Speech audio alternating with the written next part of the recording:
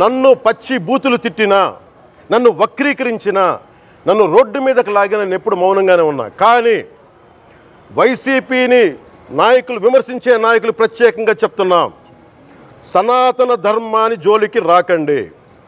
తప్పు జరిగితే తప్పు జరిగిందని ఒప్పుకోండి, లేదా మాకు సంబంధం లేదని చెప్పండి. అంతేగాని మళ్ళీ అడ్డగోలుగా మాట్లాడితే ఎవ్వరూ క్షమించం. ఇక్కడ వెంకటేశ్వర స్వామి మీద, ఆయన ప్రసాదం మీద జరిగినటువంటి బురదకి ఆ వ్యక్తి మక్కిలెరకొట్టి ఒక మూల కూర్చోబెట్టే పరిస్థితి త్వరలోనే మనం అందరం చూస్తాం. మదం ఎక్కిన మాటలు పొన్నవోలు సుధాకర్ రెడ్డి గారు, మదం ఎక్కి వస్తే ఇట్లాంటి మాటలే వస్తాయి.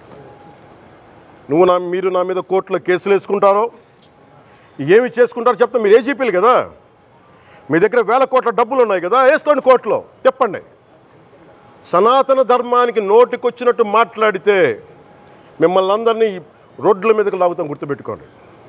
తప్పు జరిగింది, ప్రాయశ్చిత్తం చేసుకోండి, లేదంటే మౌనంగా మాట్లాడకుండా ఉండండి, అంతే. ఎవరు కూడా బాధపడాల్సినటువంటి అవసరం లేదు. ఇది గతంలోనూ జరిగింది, ఇది ప్రాసెస్ జరుగుతూనే ఉంటుంది. ఎక్కడా కూడా ఏ ల్యాబ్ కూడా డైరెక్ట్గా దీంతో పశువులకు సంబంధించినటువంటి కొవ్వు కలిసిందని చెప్పి ఇవ్వాల.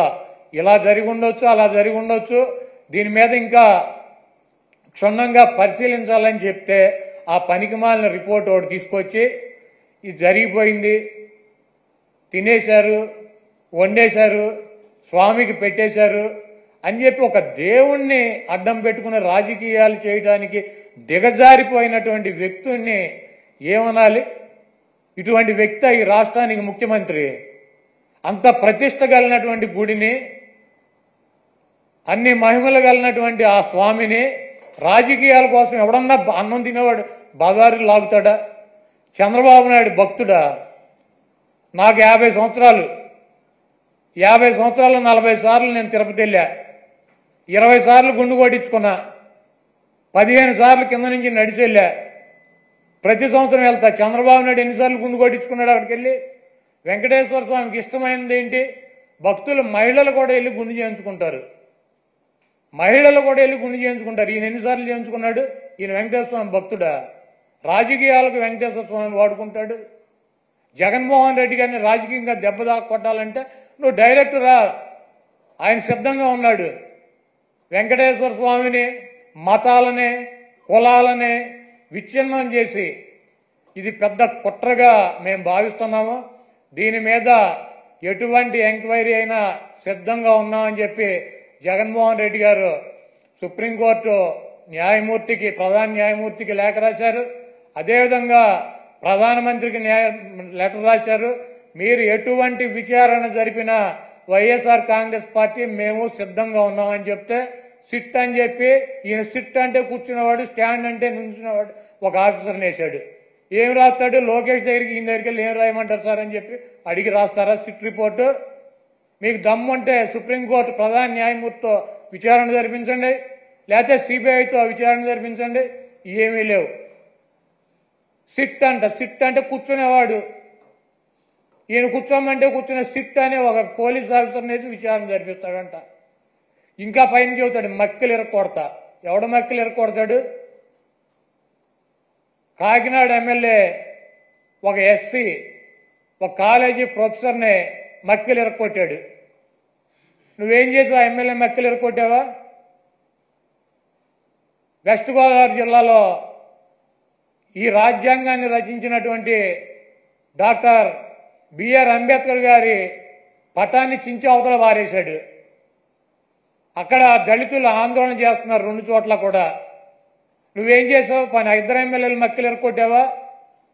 ఈ రాష్ట్రంలో నీ పార్టీ కార్యకర్తలు, నాయకులు బరి తెగించి రోడ్ల మీద వైఎస్ఆర్ కాంగ్రెస్ పార్టీ కార్యకర్తలను చంపుతున్నారు, నాయకులను చంపుతున్నారు.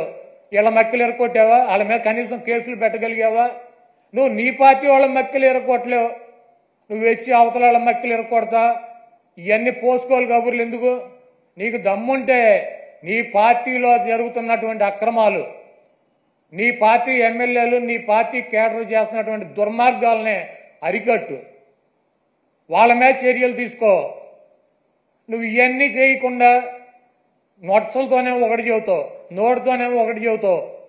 ఇక 24 గంటల దేవుడైనా రాజకీయమే, మావైనా రాజకీయమే, ఏదైనా రాజకీయమైనా మన బతుకు.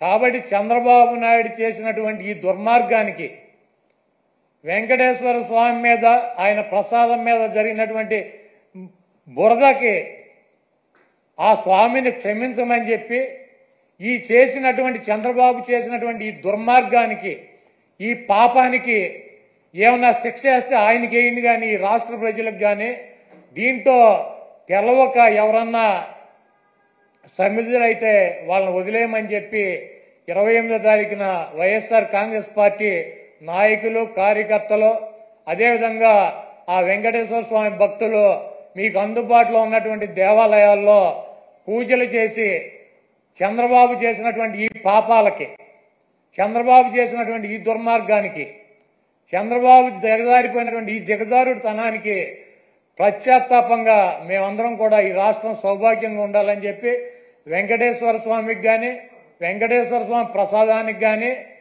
ఎవరూ కూడా హాని చేయలేరు. అది చెయ్యాలన్నటువంటి తలంపు వచ్చినా కూడా, చెయ్యవసరంలో తలంపు వచ్చినా కూడా ఆ స్వామే చంద్రబాబు కన్నా మహిమ ఉన్నవాడు, చంద్రబాబు కన్నా ఎక్కువ అధికారం ఉన్నవాడు. చంద్రబాబు లాంటి 1,00,000 మంది చంద్రబాబులను కూడా వెంకటేశ్వర స్వామిని కన్నెత్తి కూడా చూడలేనటువంటి శక్తి సామర్థ్యాలు ఉన్న ఆయన తప్పు ఈ కార్యక్రమంలో ఆయన పేరు అడ్డం పెట్టుకుని ఎవరైతే ఈ దుర్మార్గానికి పాల్పడ్డారో ఆ దేవుడే, ఆ వెంకటేశ్వర స్వామి. మీరు కూడా హిందువులే. పొన్నవోలు సుధాకర్ రెడ్డి గారు, మీరు హిందువులే. నోటికొచ్చినట్టు మాట్లాడకండి. తమాషాలుగా ఉందా మీకు? సరదాలుగా ఉన్నాయా? మొన్నటికి మొన్న ప్రకాష్ రాజ్ గారు మాట్లాడారు నా మీద. అరే, నేను మాట్లాడుతుంది ఒక హిందువులు అపవిత్రం గురించి మాట్లాడుతున్నాను. ఇందులో ప్రకాష్ రాజ్ గారికి సంబంధం ఏంటి? ఇందులో నేను ఇంకొక మతాన్ని నిందించానా? ఇస్లాంని నిందించానా? క్రిస్టియానిటీని నిందించానా? ఈ అపవిత్రం జరిగింది, ఇలా జరగకూడదు, ఫుడ్ అడల్ట్రేషన్ జరిగిందని మాట్లాడుతుంటే దీన్ని గోల చేయకూడదంటే, అంటే తప్పు జరిగినప్పుడు మాట్లాడకూడదా? ఒక అపవిత్రం జరిగితే మాట్లాడకూడదా? దేవతా విగ్రహాలను శిరచ్ఛేదం చేస్తే మాట్లాడకూడదా? ఏం పిచ్చి పట్టింది ఒక్కొక్కళ్ళకి? ఎవరి కోసం మాట్లాడుతున్నారు మీరు? ప్రకాష్ రాజ్ కూడా చెప్తా ఉన్నాను, నాకు మీరంటే గౌరవం. I have extreme respect for you. కానీ when it comes to secularism, Prakash Raj garu, it is a two-way, not one-way. I have extreme respect for you. You know that. Mere secularism is always two-way, it is not one-way. హిందువుల మీద దాడి జరిగినప్పుడల్లా వచ్చి మాట్లాడటం తప్ప, అన్య మతాల మీద జరిగితే నేను కూర్చొని ఇంతమంది కౌలు రైతులకు ఇచ్చాను, ఎంతమంది ముస్లిం ఇస్లాం రైతాంగానికి ఇచ్చాను నేను. ఇదే ఎన్ని మద్రాసాలకి డబ్బులు ఇచ్చాను నేను, 25 లక్షలు 30 లక్షలు ఇచ్చాను, నేను ఇచ్చినవాడిని. నేను నాకు అన్యమతం ఇస్లాం మీద గౌరవం ఉన్నవాడిని, క్రిస్టియానిటీ మీద గౌరవం ఉన్నవాడిని. చిన్నప్పటి నుంచి కూర్చొని మిషనరీ స్కూల్లో చదువుకున్నవాడిని. నా టీచర్ చెప్పిన సూక్తి, తను తగ్గించుకున్నవాడు హెచ్చింపబడినని చెప్పి బైబుల్ సూక్తిని ప్రతిసారి కోట్ చేస్తూనే ఉంటాను. ఇది నా గౌరవం, ఇది నేను చూపించే గౌరవం. మీరు మాట్లాడితే కూర్చొని నేను పాటించే ధర్మానికి అపవిత్రం జరిగినప్పుడు మాట్లాడకూడదు, మౌనంగా ఉండాలి.